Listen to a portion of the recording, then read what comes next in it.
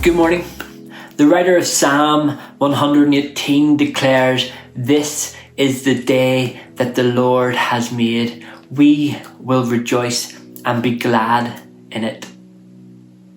Really? This day?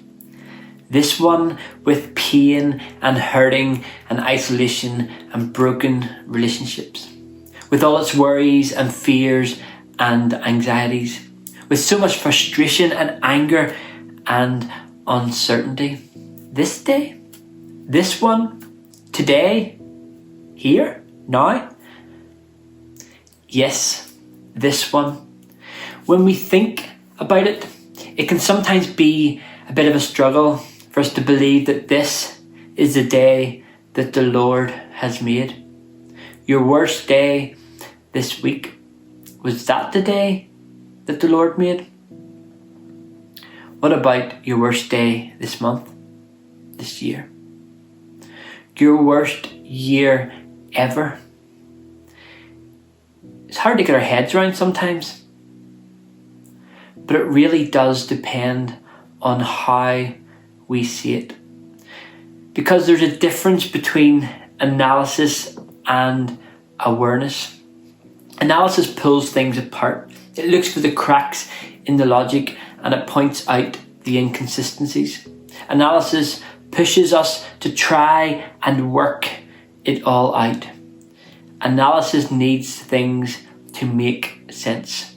It's always asking the question, why? And of course, there's nothing wrong with analysis. It's often very important and useful. I personally love asking the question, why? But the danger with always looking at things through the lens of analysis is we can find ourselves stepping back with folded arms, pointing out all the things wrong with this day, and why this day couldn't possibly be the kind of day that God would make. All the while, this day passes us by. It's a very easy thing to do, and it's why so many people are so cynical. But the alternative to analysis is awareness. Our awareness of God right here in the middle of now. So when the psalmist declares that this is the day that the Lord has made, they aren't looking through the lens of analysis. They're not questioning everything and trying to work it all out. They are simply acknowledging that this day, whichever day it is a gift from God and something to be embraced. Not simply with our heads, but with our entire being. Awareness is the ability to see God in the very midst of where we are, right here and now. Awareness helps us to see what is often unseen or unnoticed. Awareness from our faith is the evidence of the things not yet seen with our analytical minds.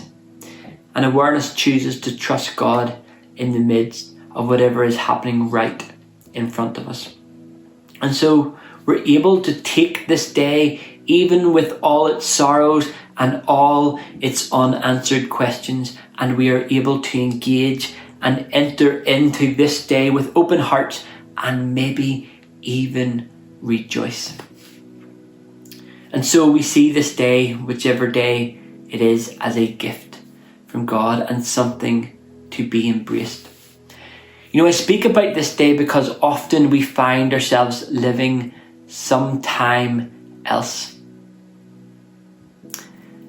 We all have a past, and for some of us, our past is a complicated time with lots of unforeseen or often unforetold experiences. For others, it's generally a pleasant reminder of happier times. But through Jesus, God sets us free from our past. And it's not that we forget it or pretend that it never happened, because often our past is valuable, important, and brings us to where and to who we are now. but we acknowledge it for what it is, or for where it is in the past. Something that's gone before. Something that is no longer here, and we are no longer there. Because our past doesn't hold us to that place. A new day is here, and as the prophet Isaiah declares, do not remember the former things, nor consider the things of old. For behold, I will do a new thing.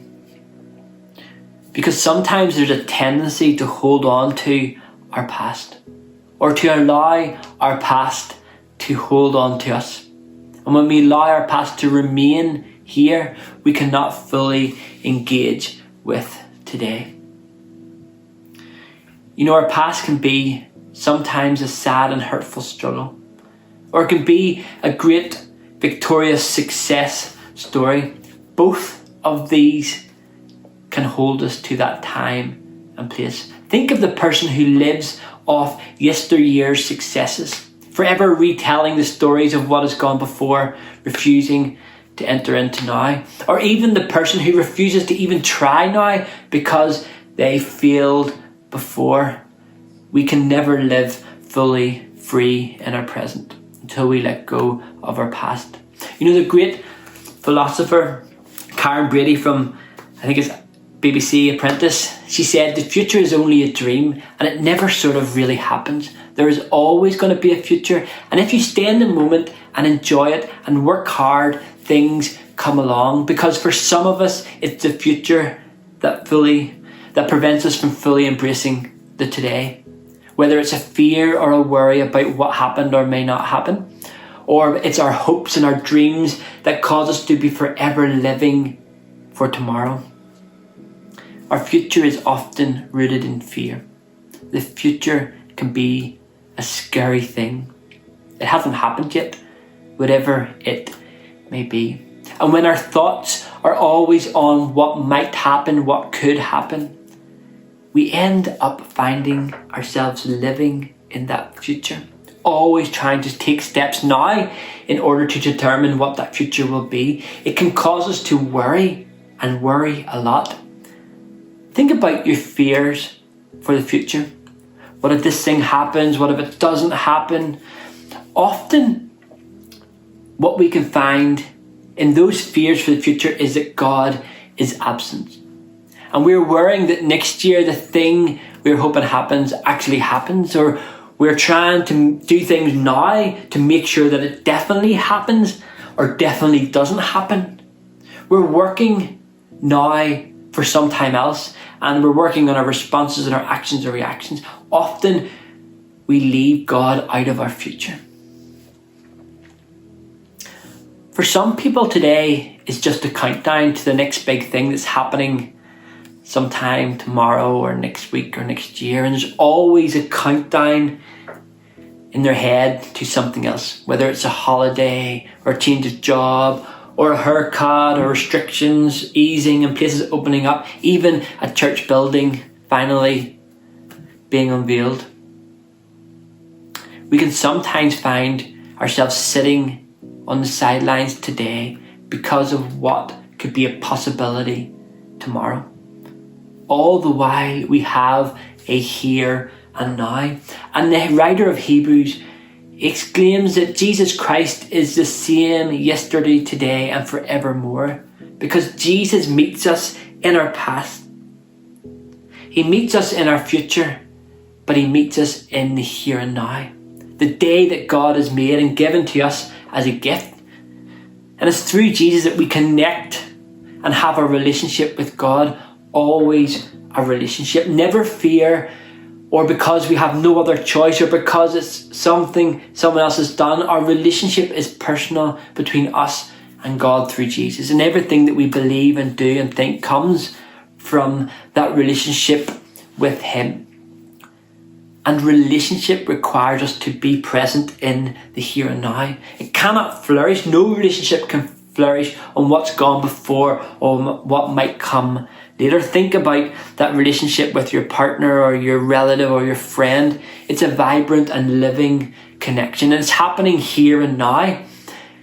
We can't live in our relationship now based on what has happened long before. We need to have new experiences. And it cannot be based on what might happen some point in the future. That relationship won't work. But it takes time right here to create that relationship. And so, as we enter into this week, let us remember there is a past and there is a future. And then there is this moment here and now right in front of us, and it requires the best of our efforts.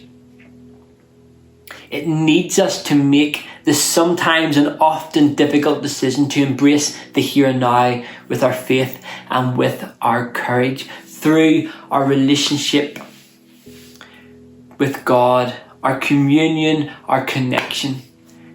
We speak and God listens, and God speaks and we listen, and that's happening in the here and now. And that relationship with those people, whoever those people are, it doesn't work because of what's happened or what might happen one day if we get there. Those relationships work in the here and now. And so Jesus, who came to restore our relationship with God, our relationship with each other, our relationship with our enemies, and our relationship with ourselves, Jesus sets us free from our past, whether good or bad. Jesus gives us our future and leads us into it. And then there is this moment here and now, and this is where Jesus meets us today. This is the day that the Lord has made. Let us rejoice and be glad in it.